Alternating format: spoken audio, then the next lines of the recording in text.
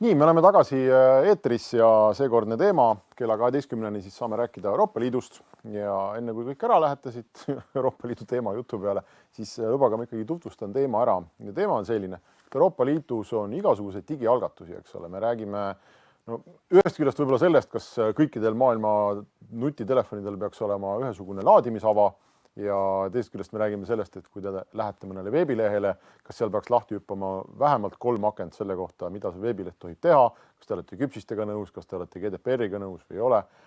Aga tegelikult suuremas plaanis me räägime ka sellest, et mismoodi üldse Euroopa Liidus see digivärk käib, eks ole, kes on kuhu ühendatud, kellel on mingisugune digiidentiteet või ei ole ja kui palju need Eesti väga kihvtid lahendused Euroopa Liidus võiksid levida või kas nad võtavad üle või me teeme uued ja äkki nad teevad kehvema, mis me siis peale hakkame. Et meil neid selliseid tehnoloogilisi küsimusi nii tarbijatena kui Eesti riigina Euroopa Liiduga on.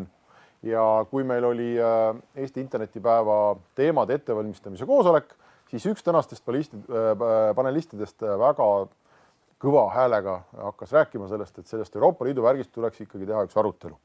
Ja igasugune aktivism saab kindlasti karistatud ja mul on hea meel öelda, et siin istub Linnar Viik.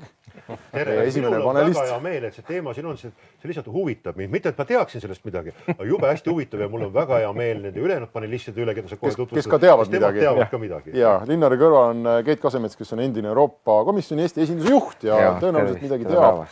Ja tema kõrval on Siim Sikkut, kes on siis endine MKM IT asekantsler, kes ka midagi teab ilmselt ja on nendel koosolekutel pidanud Brüsselis käima. Vahel midagi kuulnud. Oled midagi kuulnud. Aga Linnar, kuna tegelikult tõesti ilma naljata, see oli väga nagu sinu teema nendel koosolekutel, et sul oli, ma ei saanud aru, kas selline suur pilt oli sul hingel või oli selles suures pildis mingi pisike okas, mis on sul kuskil ihus ja sul oli väga halb olla. Ühte konkreetset okast, mis mind torgiks ei ole, mul on, mis on nagu minu oluline mure teema, on see, et digitehnoloogiad on vähemalt Eesti ühiskonnas kõiki valdkondi läbivad, mis tähendab tegelikult seda, et selle valdkonna poliitika ja areng on väga tihedalt seotud sellega, kas ja millisel viisil digikomponent selles valdkonnas on ka reguleeritud, piiratud või soodustatud. Ja kõikides valdkondades üha rohkem ja rohkem me näeme, et seda piirangute, aga ka võib-olla siis soodustuste, arenduste protsessis ja poliitika kujundamises võtab rolli Euroopa Liit või vähemalt sõnades püüab seda teha. Ja tähendab see siis seda, et ükstaspuha missuguse valdkonna uus algatus või regulatsioon, ta alati sisaldab kujul või teisel ka digikomponenti ja mõjutab seda. Eesti ettevõtete, kasvuettevõtete, eksportivate ettevõtete, teenuseid pakkuvate ettevõtete jaoks on äärmiselt oluline see, et tehtud investeeringud saaksid jätkusuutlikult edasi liikuda, et ärimudelid, mis me oleme üles ehitanud, just eelkõige ärimudelid piirideta teenuse pakkumisele oleksid tagatud ja laiemalt on küsimus, kas meil on Eestis midagi kaitsta, kas meil on ühe tehnoloogia ja digitehnoloogia valdkonna huvid, mida me tahame kaitsta ja kas meil on mingisugused teemad, mida me tahame, et kus suunaks Euroopa Liidu liiguks. See oli see selline nagu suur mure mul. Mind väga ei häiri see, et ettevõtted valdavalt maailmas ei jälgi Euroopa Liidu direktiive ja sätteid selle kohta, et need aknad peaksid mul lahti hüppama iga kord ekraanil. Mina saan enam-vähem hakkama sellega ka praeguse regulatiivse raamistikuga, küll aga mul on mõned mured, mis puudutavad seda sama näiteks algatust nimega üle-euroopaline digiidentiteet, mille kohta me ei tea mitte midagi. Kas ja millal ja mis viisil see tuleb, selle teemal toimub arutelu praegu hetkel, aga ikkagi ei tea, kas me peaksime seda kartma, kas Eesti ID-kaart, võib öelda, kas Eesti ID-kaart kaotab oma toimimise kehtivuse, kui tuleb üle Euroopa. See oleks, mõtle, milline õudusunenägu teoreetiliselt on siin istuda ja mõelda, et nii, et meil on Eestis, eks ole, ID-kaart. Ma olen 20 aastat sellega igasuguseid asju teinud. Digiretseptid on, eks ole, valimas saab käia, digiallkirjad, kõik toimib, eks ole, kõik on enam-vähem turvaline, no väga midagi hullust ei ole olnud. Ja nüüd me istume siin ja mõtleme, et tegelikult praegu need hispaanlased, sakslased ja prantslased peavad koosolekuid, et teha selle asemele mingi muu asi. Ja ma arvan, et keskmisel Eesti tehnoloogia inimesed tõusvad juuksed peast püsti. Õnneks siin on juba näed käed püsti, mina olen oma mure ära rääkinud ja nüüd on hea kuulata. Ma võib-olla räägin nagu siis sel samal teemal lihtsalt siis kohe, et et siis Siim, kes praktikas selle juures veel rohkem oli, siis täiendab. Ega see digiidentiteet ühtne, et see on ju olnud kogu aeg Eesti teema. Et Eesti on ju seda ajanud kogu aeg, et Euroopa Liidus peaks olema. Ja kui eesistumine oli, Eesti eesistumine 5 aastat tagasi, siis me ajasime seda nii-öelda EIDAS 2, eks ju, et oleks siis võimalik kõikides riikides ikkagi nagu e-autentida, et olekski võimalik neid piiriüleseid teenuseid pakkuda. Noh, see oli niisugune, et kõik riigid on väga erinevad, eks ju, tegelikult küll on võimalik enam-vähem vist kasutada seda EIDAS 2, aga kindlasti mitte ühetaoliselt ja seal on palju probleeme, et sellega me ei ole rahul ja tegelikult see digiidentiteet on ju olnud niisugune Eesti suur poliitiline prioriteet Euroopa Liidus ajada, et kui mina olin komisjoni esinduses, eks ju, siis seal igal aastal on, eks ju, niisugune suur sündmus on nagu komisjoni president peab siis selle olukorrast Euroopa Liidus kõne, State of the Union kõne ja siis see käib nii, et kõikide nende esinduste juhtide käest ka küsitakse enne, et mis on nagu see, nagu need suured teemad, mida te kindlasti tahate, et teie riigist, et mis peaks nagu olema ja mis nagu oleks nagu positiivsed ja nii edasi. Ja siis ma ka igal aastal nagu mõtlesin ise, eks ju, korjasin need teemasid kokku, ka Siimu käest küsisin, eks ju, et mis siis peaks olema. Digiidentiteet ühtne.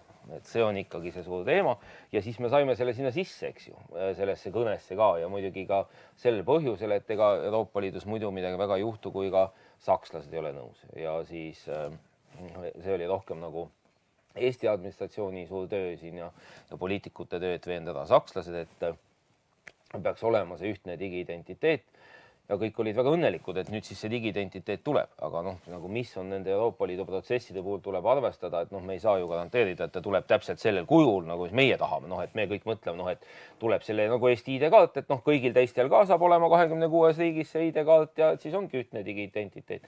Aga paljud teised mõtlevad teistmoodi, eks ja nüüd me olemegi olukorras, et see ühtne digiidentiteet võib tulla natukene teistmoodi. Jah, et tuleb digikukku, seal on kõik need asjad sees, Siim saab seda rohkem seletada, aga lihtsalt see laiem nagu see teema seal on see, et tegelikult ju me tahame, et Euroopa Liidus ettevõtetele see tegelikult on tähtis, et oleks ühtne digiidentiteet, sa saad lihtsalt seda kasutada, et ei oleks kogu see EIDAS-e jama, et igal pool on mingid erinevad tuvastamised ja nii edasi. Ja nüüd ongi siis küsimus see, et kas see igal juhul peab olema see meie ID-kaart või kui see ei ole, et kas me siis oleme kuidagi õnnetud, leiame, et kogu see meie nagu siis digiasi lendab uppi sellest. Erinevate tehnoloogia algatuste puhul on meile eeskujuks tihtilugu toodud Taanit, kes lisaks sellele, et ta püüab saada mingid laused kuskile tekstidesse sisse, ehitab üles selle kõrvale ka koalitsioonid ja tuleb välja tegelikult ka enda huvisid kirjeldava ja teisi kaasava poliitika pakkumisega, mille taga on ka päriselt töötavad inimesed ja institutsioonid, kes veavad seda nii-öelda poliitika huvi siis edasi. Et vahel mulle jäi just seesama mulje, et meil juhtub äkki niimoodi, et me saame selle lausekese, saame kuskil teksti sisse, aga siis ta hakkab oma elu elama ja kuidagi me hiljem avastame seda alles, et midagi on juhtunud. Nii, Siim, kuidas siis on? Kas me hakkasime kraksuma oma ID-kaardist, et teeme igale eurooplasele ID-kaardi ja nüüd meid ähvardab oht, et tehakse ID-kaardi laadne toode, mis on kõvasti kehvem kui see, mis meil on? Heas või halvas ID-kaardi laadset toodet ilmselt Euroopast ei tule. Et pigem räägitakse kukrutest nüüd on ju, kui nagu moesõnast. Aga see on hästi mitu kihti korraga nagu koos, et lihtsalt võib-olla Keidile korraks nagu tagasi nagu ajalukku nagu minnes, et ega kus tekkis EIDAS ehk siis praeguse nagu määruse eelkäija. Tekkis ju sellest, et Andrus Ansip, peaminister, võitis Taavi Kotkalt minult ja meilt kaasa multika, läks näitas seda ülemkogul. Nii oli, ma mäletan. Ja järsku tekkis see, et ega peaks üldse nagu tegema hüppe edasi. See oli aasta 2012-13 mälu järgi on ju. See multikas on siiamaani internetist leitav, et kes tahab näha, et kuidas paberivirn on Eiffeli kõrgune ja muud taolist. Jutu mõte on see, aga juba sellest ajast peale, et meil kunagi ei ole olnud illusiooni, et lausake kuskil ise tähendab, et nüüd kõik lähebki nii, nagu umbes Eesti tahab, eks ole. Sest tahame või ei taha, Eesti on Euroopa Liidu kontekstis eripärane, vanasti võib-olla veidrik, tänaseks mitte enam veidrik, sest me oleme tõestanud, et me suudame ka eesistumisega ka muu läbi ka sisu omada, aga meie sageli oma praktikaga vaadatakse oleme kuskil kaugemal ees. Me võime tuua hästi mitmeid näiteid, tehisintellekti milles iganes nagu välja. Mis tähendab seda, et noh, Euroopa otsused alati on mingis mõttes kompromiss ja ma usun, noh, Keit võib siin veel pikemalt jällegi rääkida ja nii edasi, eks, kuidas need kompromissid sünnivad. aga ma tahan seda öelda, et see ei tähenda seda, et ta on minimaalne ühisnimetaja, nad on kompromiss, eks. Ja kui me räägime IDAS-e kontekstist, et siis noh, meil oli algusest peale selge, et ega see ei tähenda seda, et Eesti ID-kaart nüüd uuest IDAS-est või sellest, mis praegu laual on, noh, mis kus nagu Linnar alustas, et noh, ei ole selge, et oli selge, et ID-kaart ei tule, eks. Aga tegelikult probleem, mida lahendada, on see, et kuidas ikkagi saaks päriselt üle Euroopa olla erinevad identiteedid koos võimelised. Mis on see mehhanism, õigusraam muud selleks? Eelmine IDAS 2013-14 seda juba üritas, noh, päris ei saanud hakkama. Me nägime paljusid kohti, aga nagu sektorist nähti paljusid kohti, kuidas teha paremini. Nüüd oli katse siis teha paremini. Kuidas see katse tekkis? Jällegi tõesti, Eesti küsis lausekest. Noh, jah. Et ja kus ta nagu konks nagu taha, eesistumine näitas kaasa, Saksamaa liidukantsler Merkeliga tuli ka paati, on ja sealt hakkas pall veerema. Ja noh, nüüd tõesti on laual see, et mis siis sellest tegelikult lõpuks saab. ID-kaarti ei saa, aga noh, ma olen selles mõttes küll, et hästi nagu optimist, et ega ID-kaart ka ei kao. Küsimus on see, kuidas me lihtsalt saame oma identiteeti söödavana kasutada kõigi teistega. Ja servamärkus juurde, et ega me Eestis, ma usun, ka Eesti tänane valitsus või ametnikud ei arva, et ID-kaart on jääv tulevik. Ka see võib edasi ükselt liikuma. Kas on kukkur muud, eks näis? Võib-olla lihtsalt seda ütleme siia täienduseks, et me peamegi ka aru saama, ka et need huvid Euroopa Liidus on nagu väga erinevad, et ka see meie majanduse struktuur ja IT-sektori struktuur on nagu ühesugune, aga suurtes riikides ikkagi need huvid tegelikult määravad need suured ettevõtted, mis ei olegi isegi mitte IT-ettevõtted, vaid noh, olulisem on see, et kuidas nüüd see IT-lahendus seal sobib autotööstusele ja siis Saksa autotööstusele ja siis nendel teistele suurtele niisugustele tööstuskonglomeraatidele, et sellest, noh, seal ongi need kaalud on natuke erinevad, nii et ma selles mõttes ka kuidagi, nagu ma arvan, see MKM-i tiim on tegelikult teinud väga head tööd kogu aeg nende digiteemade toomisel koos ka selle peaministri tiimiga, et ükskõik siis, kes peaminister on olnud ja kas teda ennast on väga need digiasjad huvitanud või mitte, et tegelikult see tiim, kes on seal all neid Euroopa Liidu asju vedanud, on ikkagi teemasid kogu aeg hoidnud ja proovinud suunata ikkagi seda selles suunas ja noh, siin Ansip käis vahepeal läbi, et Ansip on täna selle Euroopa Parlamendi digikomitees, eks ju, et kus ta ka seda sama nagu digikukru teemaga seal igapäevaselt tegeleb, et noh, ma arvan, et meie poolt ikka tehakse nagu päris palju, aga lihtsalt ma arvan, siin on see mõtlemine tihtipeale nii erinev, et see tuleb nagu hoopis teistest vajadustest ja hoopis teisest kohast, mis seda ja teistsugusest valmisolekust, eks ju, ja teistsugusest tunnetusest, et kas sul saab niisugune ID-kaardi laadne asi olla. No, just üks lause vahele, et noh, täitsa jällegi nagu anekdootlikult või selline pool linnalegend, aga 2013-14 kõige rohkem oli IDAS esimese versiooni vastu väidetavalt Lufthansa ja Deutsche Post. Noh, ehk et ühesõnaga nagu ongi nagu traditsioonilised huvid, aga jah. Ja mõnes mõttes me ju ütleme seda küsimust, et kust asjad tekivad noh, poliitikas, et see on nagu hästi lai küsimus, eks ole. Võivad tekkida mõne poliitiku peast või mõne poliitiku mingist peolauast, kus keegi ütles talle, et kuule, see tuleb ära teha või nüüd tekkida partei programmist või iga lobisti käest. Saad poliitikuks valmis. No vot, jumal teab, eks. Igalt poolt võivad tekkida, aga huvitavam võib-olla küsimus on see, et kuidas sellises nagu amorfses ja aeglases moodustises nagu Euroopa Liit, et kuidas nad siis nagu läbi 10 aasta või ma ei tea, 8-6 aasta liiguvad läbi erinevate administratsioonide ja läbi erinevate ajastute ja lõpuks saavad teoks. No võib-olla võime näiteks võtta seesama küpsise nõusoleku akna. Eks noh, tõenäoliselt keegi hakkas jaurama mingil koosolekul kunagi, et tuleb teha ja siis jaurati mis iganes mitu aastat ja saigi valmis. Mis sellise toote nagu elukaar on? No ma võin otsast alustada jällegi tulge teised juurde, et noh, minu vaates ma lihtsalt täna nagu 2 mehhanismi. Üks on see, et on oludele reageerimine. Ukraina sõja järel on avarii, eks ole. Avarii või mis iganes, et nagu oluliselt. No või COVID-i see lahendus, eks ju. Kus tuli tegelikult veel terve üldse nagu rahastus suur nagu vool Euroopasse ja muud taolist. On üks mehhanism, aga see on harukordne, kuigi seda juhtub liiga tihti võib-olla, elu on jälle selline. Teine variant, tegelikult on ikkagi need komisjoni 5-aastased tsüklid on ja see mäng käib selle peale, et sa juba ette katsud tegelikult suunata seda agendat, kus siis nagu sisse tulev komisjon hakkab, eks ole, panema tööplaani paika ja tööplaanis tegelikult tööplaani üksused ongi need konkreetsed need aktid või ettepanekud või rahastusmehhanismid, mida siis järjest nagu luuakse. Nii et sealt hakkab see sageli pihta, et kui me räägime, see oligi sama näide, et see State of the Union või nagu liidu olukorra kõne on ja see märkis ära järgmise 5 aasta tööplaani prioriteete antud juhul. aga see oli, ma arvan, nagu üks lause selles kõnes kõik. Ühtlasi peaks tegema ka seda. No jaa, aga sealt tegelikult see süsteem tõesti ju töötabki niimoodi, et sul ongi 2 tasandit, et üks on niisugune poliitiline tõuge, teiselt poolt on siis kogu see komisjoni administratsioon, kes tegelikult nende asjadega tegeleb, eks ju, digiasjadega, siis ennekõike see DG Connect, eks ju, Connecti peadirektoraat ja no meie mõttes niisugused laused, jah, nagu digiministeerium ja niisugused laused, tegelikult panevadki selle tööplaani paika, aga mis just tekibki, ma arvan, seal ka, mis muudab selle keeruliseks, eks ju, ka meie poolt selle mõjutamise, et kui me teeme selle poliitilise töö ära ja ütleme siis, jõuame selleni, et kas komisjoni president ütleb välja ja ega komisjoni president ei ütle seda niisama välja tavaliselt, kui ei ole nagu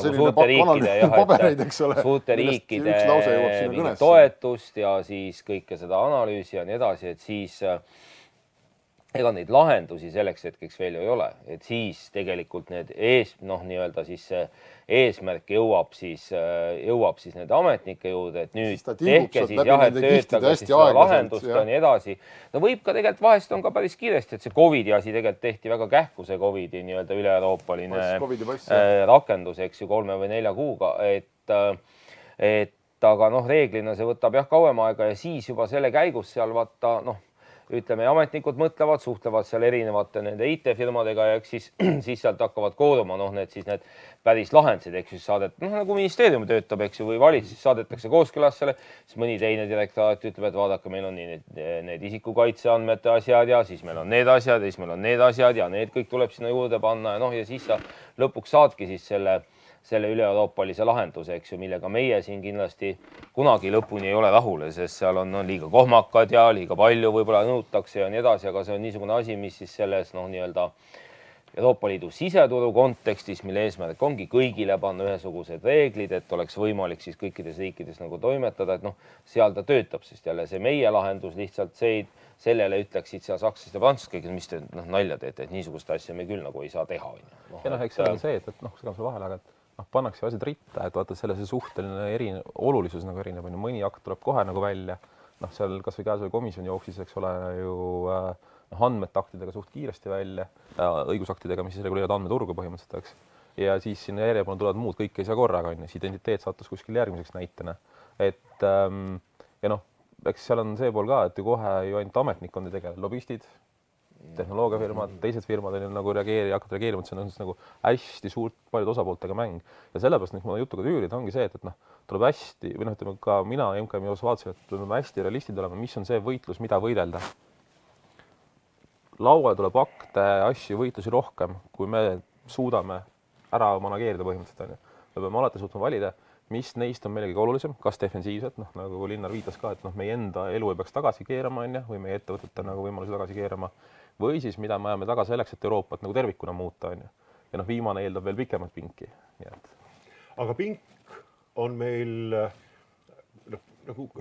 kuidas sina tundsid seda pinki, et oli sul sparringupartnerist? Mina pean silmas praegu hetkel, kui me oleme teemaks võtnud ühe vertikaali, mis puudutab nagu infoühiskonna alustehnoloogiat, digiidentiteeti näiteks, siis meil on need mõjusid kõikvõimalikes sektoris, transport, logistika, iga direktoraat suudab tulla välja protsessi ja algatusega, mille suhtes ma veel kord väidan, on alati olemas ka digikomponent. Ehk hea küsimus, kas Eestis on olemas Maaeluministeeriumis või Keskkonnaministeeriumis või Välisministeeriumis selline nii-öelda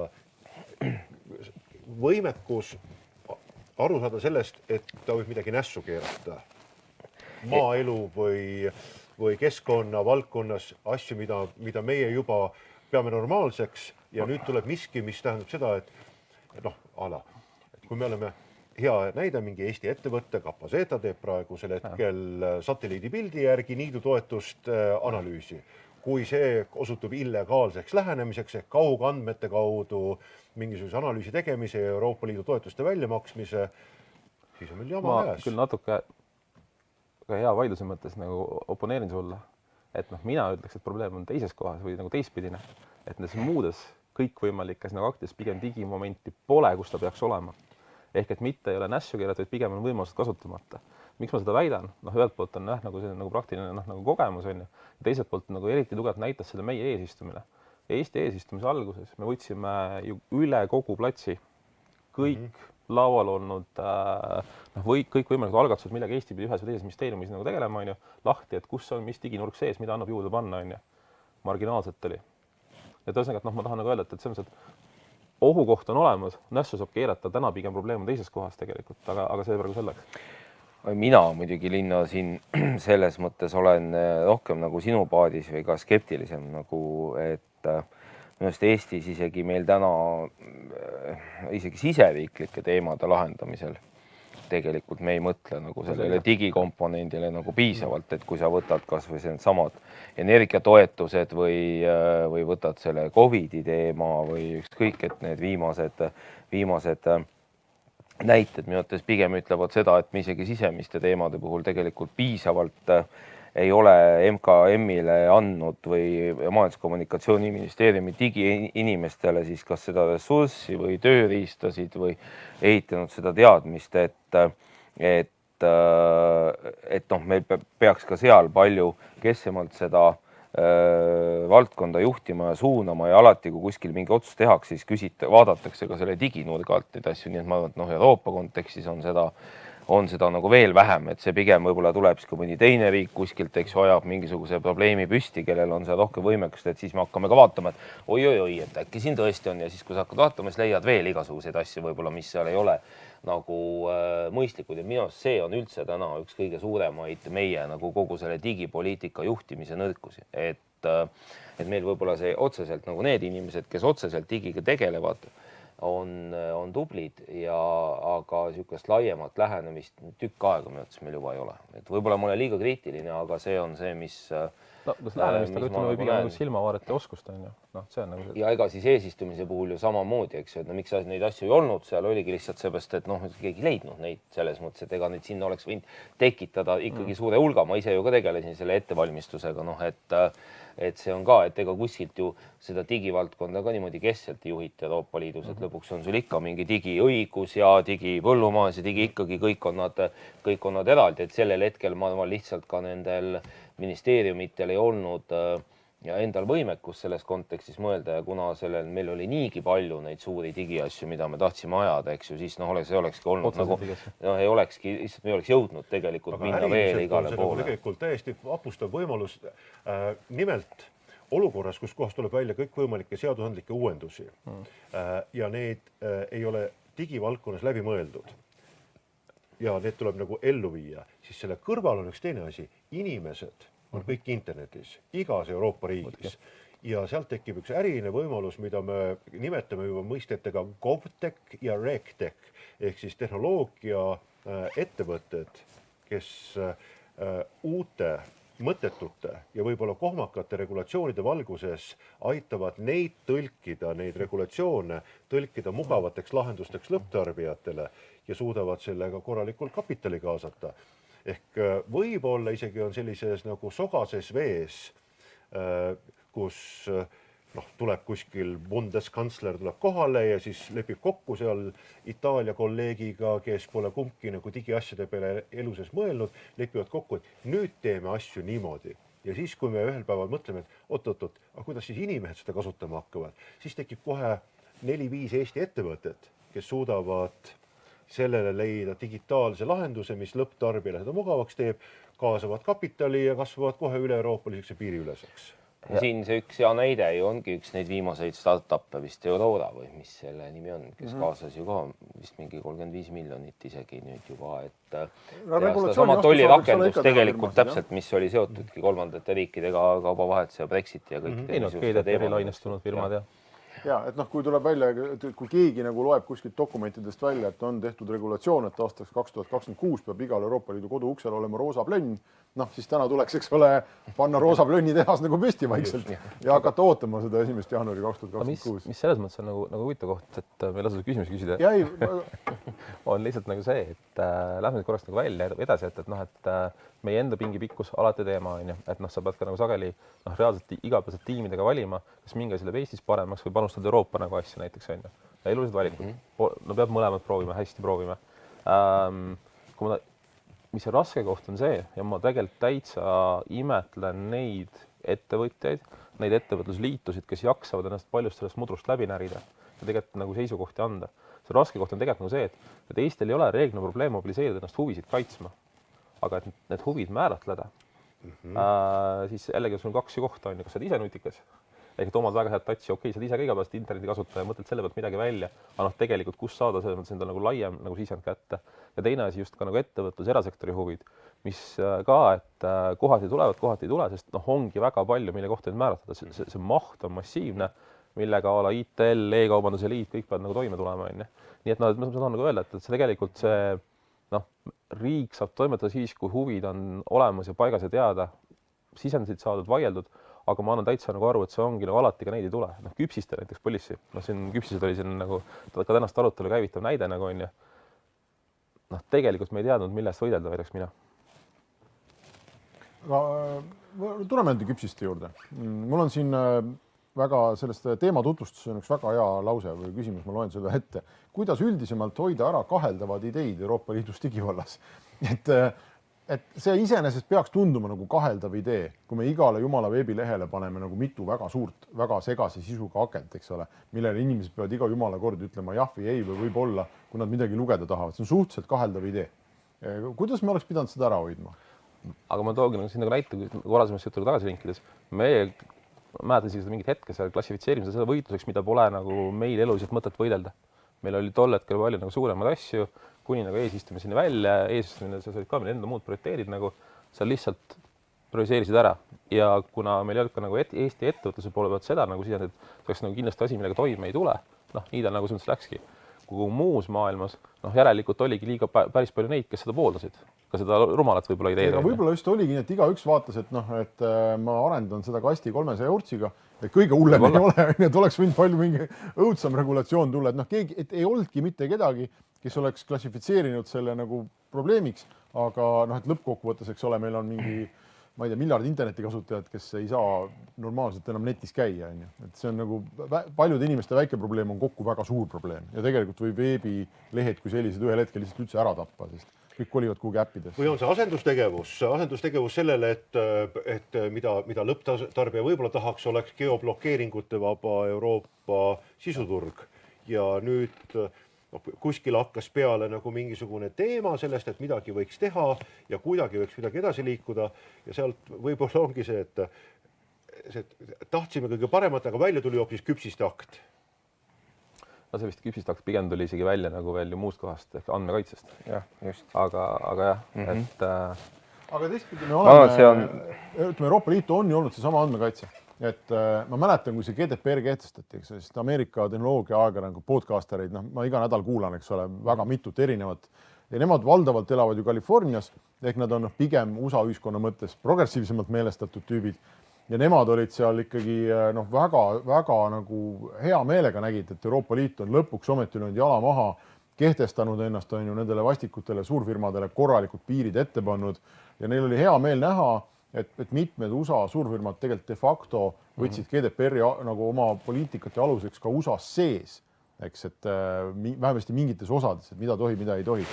Et kas me seda nagu täna, kui me hindame kogu seda GDPR-i teemat ja me näeme, et Euroopa Liit on olnud maailmas täiesti pioneer, aga kas see on nüüd siis nagu õnnestunud digipoliitika või ebaõnnestunud? No see algas ju tegelikult isegi tõesti juba päris tükk aega tagasi ja mitte isegi ainult nagu digivaldkonnast, et see on olnud hästi oluline teema kogu aeg Euroopa Liidus ja see oli, ütleme, enne Eesti eesistumist juba selgelt olemas, et mäletame ka hästi seda, kui Taavi Kotkaga siis, kes oli siis, eks ju, see Siimu kohal, eks ju, hakkasime rääkima, et see andmete vaba liikumine, et andmed on ikka iga inimese omad, eks ju, ja sa pead käima ja siis käisime seal komisjonis seda rääkimas, eks ju, ja komisjonis, et aga meil ongi ju nii. noh, et meil on ju see isikuandmete kaitse direktiiv, eks ju, ja see ütlebki seda.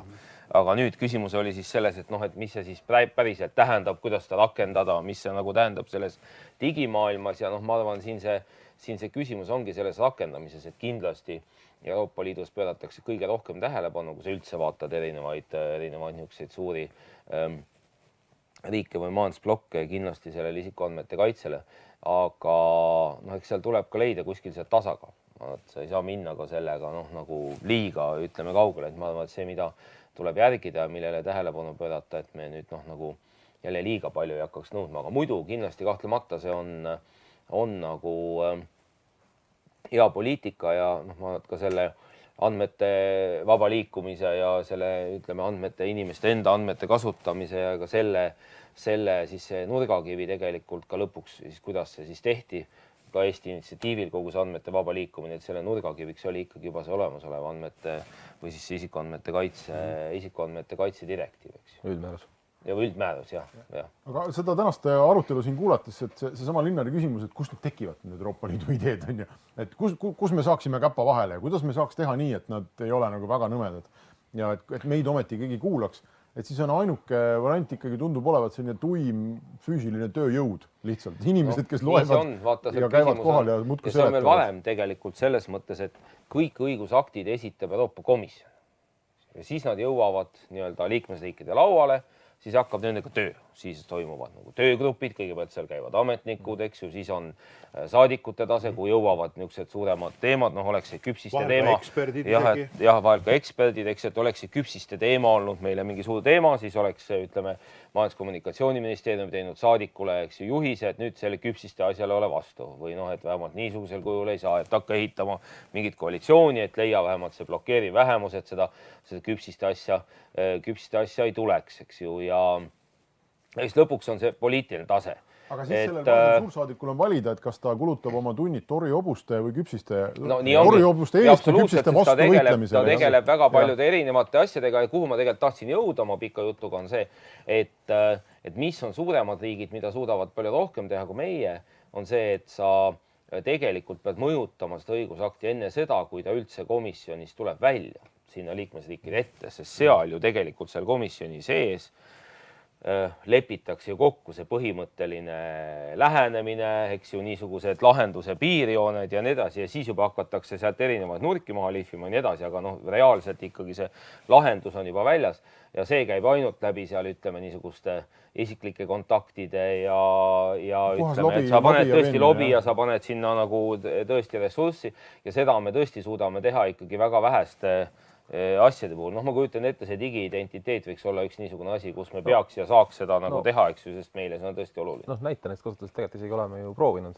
et mõlema idase puhul riigi on selle hellal lahkel toel on olnud Eesti tiimi liige, komisjoni tiimi osa. Saab saata riiklik eksperte, ühesõnaga abistama asjade väljatöötamist. Ühel juhul töötas nagu hästi, sest et ütleme, nagu teistel oli palju vähem huvisid, kuulati nagu rohkem, viimasel juhul on see natuke nagu raskem olnud näitena. Aga mis iganes, proovima peab. Kui ma tahaksin jällegi jutuga jõuda, siis ongi see koht, et laias pildis on ju 2 või 3 nagu varianti vastata sinu küsimusele. Esimene variant, kuidas defineerida agendat, on see, et jah, et ütleme nagu paku enda oma, eks, ja ajad seda taga ja just nimelt, et sa lood ühe lause pealt tegelikult läbi kogu selle protsessi, mis vahel on tõesti paar aastat, on ju, nagu hambad ristis vaatama, et see nagu läheks, on ju, või lobistama. Sõltub, kui üksi oled, eks. Et teisel juhul tuleb võib-olla aidata mõtestada mujalt kerkinud ideed. Miks Kaja Kallas liitus Angela Merkeli kirjaga selle kohta, et mis on digitaalne suveräänsus? See kiri ise ka, kes küsimus, kuidas meid oleme Saksamaa ja Eesti ühes kohas. See oli väike katse Saksa mõtlemist defineerida suunas, mis ka meile sobiks. Me ei saa väärata suunda, me ei saa väärata isegi kas nagu me usume digitaalse suveräänsuse ideesse või mitte, me saame seda sisustada aidata. Ja kolmas asi muidugi võimalik võidelda, kui midagi tõesti nagu väga nagu defensiivselt on vaja minna. Et siis on see, et siis on tõesti vaja koalitsioone luua muuta, sest ainult itaallase ja bundeskantsleri kokkuleppest ei piisa, aga tõesti, et kui kõik on nagu ühelt poolt, siis kogu Euroopa muutmine vajab koalitsioone. mina mõtlesin praegu selle nagu, kus tekivad asjade üle niimoodi, Õhust. et ja mul tuleb hästi meelde, mul oli unikaalne võimalus elus olla just sel ajal MIT-s, kui Bill Clinton tegi oma lahkumiskõne ja ametist lahkudes ütles ta seda, et vaat teie siin MIT-s, teie loote tulevikku, mis 10 aasta pärast jõuab tehnoloogiaettevõtete praktikasse ja siis umbes 10 aastat pärast seda jõuab see teema ka kongressi. Ja ta ütles, et teie ja kongressi vahel on vähemalt 20 aastat. Akadeemilises mõttes tähendab see vähemalt 2-3 akadeemilist põlvkonda. Tehnoloogia mõttes tähendab samuti umbes 4-5 tehnoloogia põlvkonda. Ja tema üleskutse või hüüe oli lähtuda nii-öelda printsiipide, põhimõtete põhisest tehnoloogia disainist või nii-öelda teadustehnoloogilisest disainist, mille sisse oleks juba koheselt nii-öelda ära vastatud olulisemad küsimused, mis kunagi tekivad võib-olla kongressis. Ehk nii-öelda disainida tehnoloogiat praegusel hetkel sellisel viisil, mis juba sisaldaks võimalikke vastuseid küsimustele, mis kunagi tulevikus tekib, kui poliitikule lõpuks hakkab mingisugune väikene täpp kuskil radarekraanil hakkab blinkima. Keegi õhtusöögi ajal ütleb talle, kuule, mu lapsel oli see probleem, et äkki peaks nagu selle teemaga tegelema. Aga mu väide on praegu hetkel selline. Interneti tuleviku ja tehnoloogia kujundajad on suured tehnoloogiaettevõtted. Suured tehnoloogiaettevõtted teevad oma vahel ka tihtilugu kokkuleppeid, olgu selleks mingid standardid. Euroopa on olnud väga tubli, me oleme loonud maailmale veebistandardi, me oleme loonud GSM-i standardi, selle kõige suuremad kasutajad ja elluviijad on aga ettevõtted väljaspool Euroopa Liitu ja nii ilmselt juhtub päris mitmete uute standarditega veel. Me aitame standardiseerida, seda sisustada, seda uut tehnoloogiat, seda viiakse kuskil mujal ellu ja seejärel kujul või teisel jõuab ta ka meie ettevõtete, väiksemate, dünaamilisemate ettevõtete kasutuslauale, kes püüavad sellele väärtust luua ja siis mingil hetkel jõuab ta Euroopa Komisjoni kui tõenäoliselt mingisugune probleem või teema, millega tuleks tegeleda. Ja seega pika jutu lõpuks interneti ja tehnoloogia tulevikku kujundavad suurettevõtted, seejärel ringiga jõuab ta väiksemate dünaamiliste ettevõteteni, kes tegelikult ehitavad samuti selle ümber oma ärimudeleid vaatamata kehtivale seadusruumile ja võib-olla isegi esitades väljakutseid seadusruumile ja siis hakkab see masinavärk tööle. Valdava enamuse ettevõtete panus, väidan mina, on see, et seadusandjad on aeglased ja rumalad. Ja nendega ei pea arvestama kui olulise riskiga. Investorid, kui küsivad, aga kas teil on ka mingisugune regulatiivne risk selle ümber olemas, siis nad küsivad seda üha vähem ja vähem, sellepärast, et see ei ole risk, millega peaks tegelema, kui sa töötad kuskil hallis tsoonis või isegi küsitavas sellises seadusruumis või praegu hetkel muutuses olevas seadusruumis. Kuna investor ütleb, selle aja peale oleme selle ettevõttele kaasanud juba 3-4 korda uut kapitali ja meid ei huvita see, millega tegeleb pärast Euroopa Komisjon. See on natukene nagu paradoksaalne pilt. On ju, et me tegelikult ei oma ei Eestis ega ka poliitilises ruumis kontrolli selle tehnoloogia tuleviku üle või kui omame siis nagu üldpilt on see, et nad on aeglahed ja rumalad. Aga saaks see kuidagi teistmoodi olla? Ma mõtlen, et kas ei olegi nagu elu niisugune nagu ja selle valdkonna nagu paratamatus, et ikka alati ju see innovatsioon ja kõik need uued lahendused, need tekivad ja palju varem. Probleem ja on, tema ulatus on tänapäeval hoopis kiirem, kui sul mingisugusel hetkel oli innovatsioon see, et me panime nagu 2 hobust panime vankri ette ja oli hoopis 2 hobujõudu sul korraga, siis see oli nagu tükk aega konkurentsieelis mingisuguses piirkonnas. Võib-olla 100 pärast levista kuskile kaugemale, siis praegu hetkel on nagu üks nipp, üks mingisugune kiip naha alla, üks mingi Neuralingi aplikatsioon, mingi uus implantaat ja uus rakendus, uus Tinder ja sul on korraga maailm muutunud ja korraga hakkab keegi mõtlema, oot, kuidas ikkagi selliste nagu Tinderite või mingite WhatsAppide või mingite muude asjadega nagu äkki peaks nagu Tinderi seaduse vastu võtma, et äkki peaks nagu inimest... See lõpuks läheb niimoodi, USAs on videomänge on kongressi tasemel registreeritud minu meelest tänaseks 3 raksu, kui mitte rohkem, ehk igal 10. on tekkinud moraalne paanika ja igal kümnendil on siis ju püütud seda nagu minu lahendada. arvates see probleem, mis ma tahtsin öelda, on see, et muidu lihtsalt seda innovatsiooni, kui me jääks ootama nagu teistpidist, et kõigepealt midagi reguleeritakse ära ja siis alles hakkame tegema, siis tekkigi sul kunagi seda innovatsiooni, ega siis nendelt otsustajatelt või sealt sa ei saa mingit, sest Euroopa Liidu kogu sellest asjast sa ei saa oodata mingit suurt innovatsiooni, et lõpuks sa saad ikkagi ainult oodata seda, et lepitakse, et kui juba asjad kõik on pandud erinevas suunas minema, et siis lõpuks lepitakse ühised mängureeglid kokku, et kõik saavad ühel tudul. Ma arvan tegelikult niimoodi, et teistpidi ta muutuks ka ju jälle siukseks väga aeglaseks kohmakaks, et ega see komisjon ei muutu niisuguseks nagu innovaatiliseks, kiireks, vilkaks organisatsiooniks kunagi, ma arvan. Ma kuulasin, ma mäletan, mis startupi kohta riskikapitalistid arutasid. Oli ka mingi paneel või saade, eks ole, siis arutati tema tuleviku võimaluste üle ja siis väga kiiresti lepiti kokku, et tegelikult peamine küsimus on see, kas nad suudavad saada piisavalt suureks enne, kui peab hakkama tegelema regulatsiooniga. Eks? Et siis on nagu regulaatoritel lihtsalt de facto olukord, et ma ei tea, aga kõik sõidavad nende tõuksidega. Kiirusemäng. Et me ei saa nagu, et ta on juba nii suur, et kui me nüüd läheks inimestelt neid ära võtma, siis tõuseks suur kisa, me ei saa hääli, eks ole, on probleem. Et sa pead enne saama nii suureks, et sa oled nii suur probleem, et sind peab kuidagi nagu lahendama. Aga kui sa lihtsalt kõik need kihjad natuke ikkagi nagu siin positiivsesse võtmesse, et siis... Ma olemegi väga positiivse. Ja ei, ma mõtlen nii-öelda ka, et Eestil on ebaproportsionaalselt suur võimalus mõjutada tegelikult otsuseid digivaldkonnas ja võimalusega, ütleme, teiste valdkonna digikomponentide üle. Kuhu see nagu jääb, on, ma arvan, nagu ongi hästi praktiline, ikkagi tegelikult nagu jõud. Kõik ma ka nagu, sest temas hästi subjektiivne oma endise ameti tõttu, aga vist ongi, et väga, et nagu pink on täpselt nii pikk, nagu ta on. Paku, kas see võiks olla nagu mingisugune, digipoliitika, osakond kuskil? Või mingisugune... Mina arvan linnal, et see on see sama teeme, sest iga aasta on sellel internetipäeval otsitud tikutulega taga nähtust nimega Eesti internetikasutajate kogukond. Tegelikult kogu see üritus on ka olemas selleks, et kultiveerida, me istume selleks, et tekitada Eestis mingisugust kogukonda ja see ei pea olema ministeeriumi amet, eks ole. Ja see sama kukkide näide. Kui meil oleks olnud kas või 3 inimest, kes oleks hakanud jaurama. ITL oleks võtnud kõvasti. No ITL on isegi juba ametlik, aga need oleks võinud olla minu pärast ka TalTechi tudengid või magistrandid ja oleks lennanud selle Brüsseli vahet ja lugenud neid dokumente, käinud ja jauranud, et see on üks nõme mõte. Võib-olla meil ei oleks neid asju täna. Ja ta ilmselt ongi need 3 asja korraga, et selles mõttes, kui nagu tahta nagu unistustele järgi jõuda.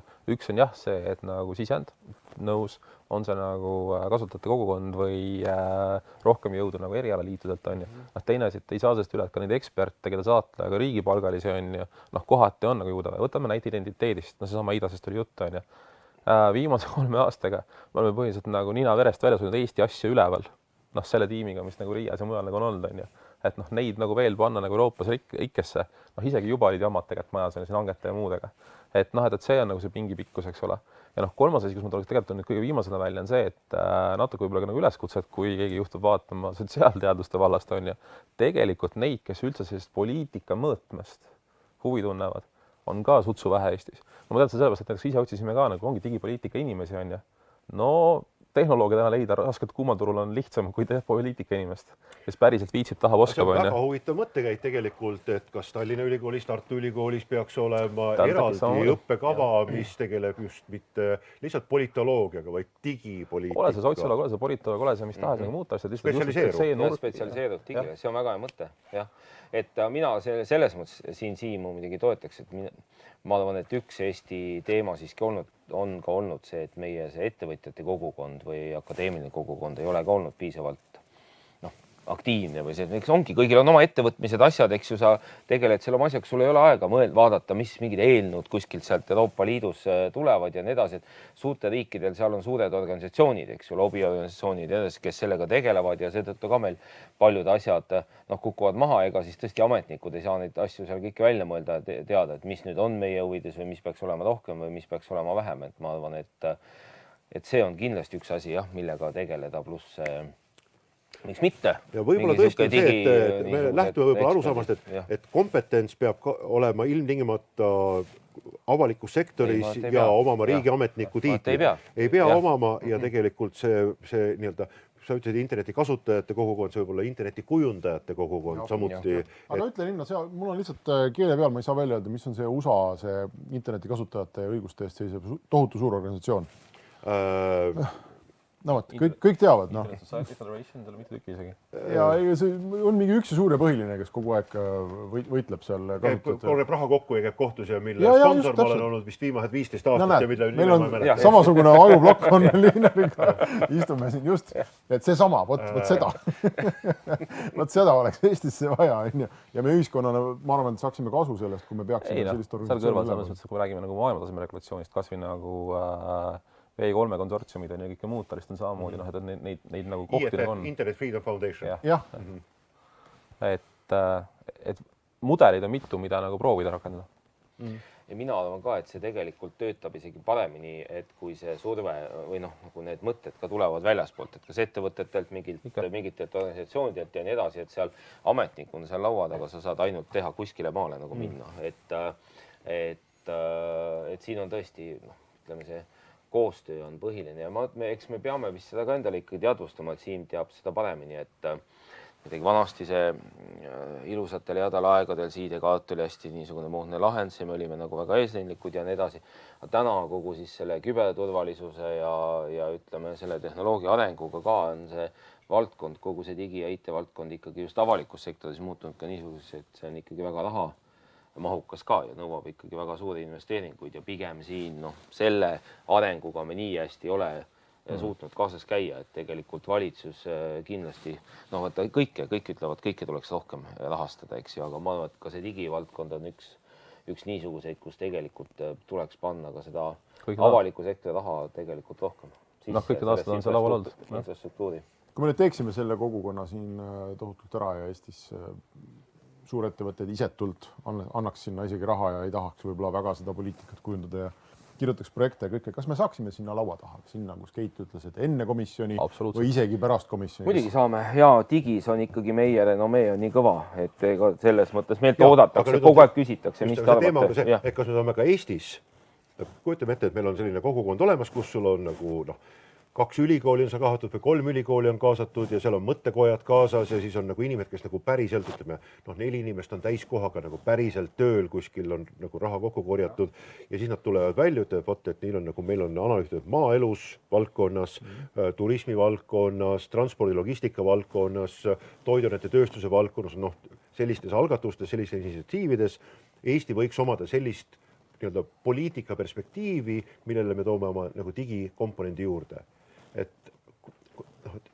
Kuhu see edasi peaks minema? Kas see on nagu välisministeerium või kas see on valdkonnaministeerium, kas on MKM, kas meil on nagu... Otse Brüsselis. Uue eesistumine ei ole nii palju, 10 aastat. Kellele helistada, kui me tahame nagu Euroopaga rääkida?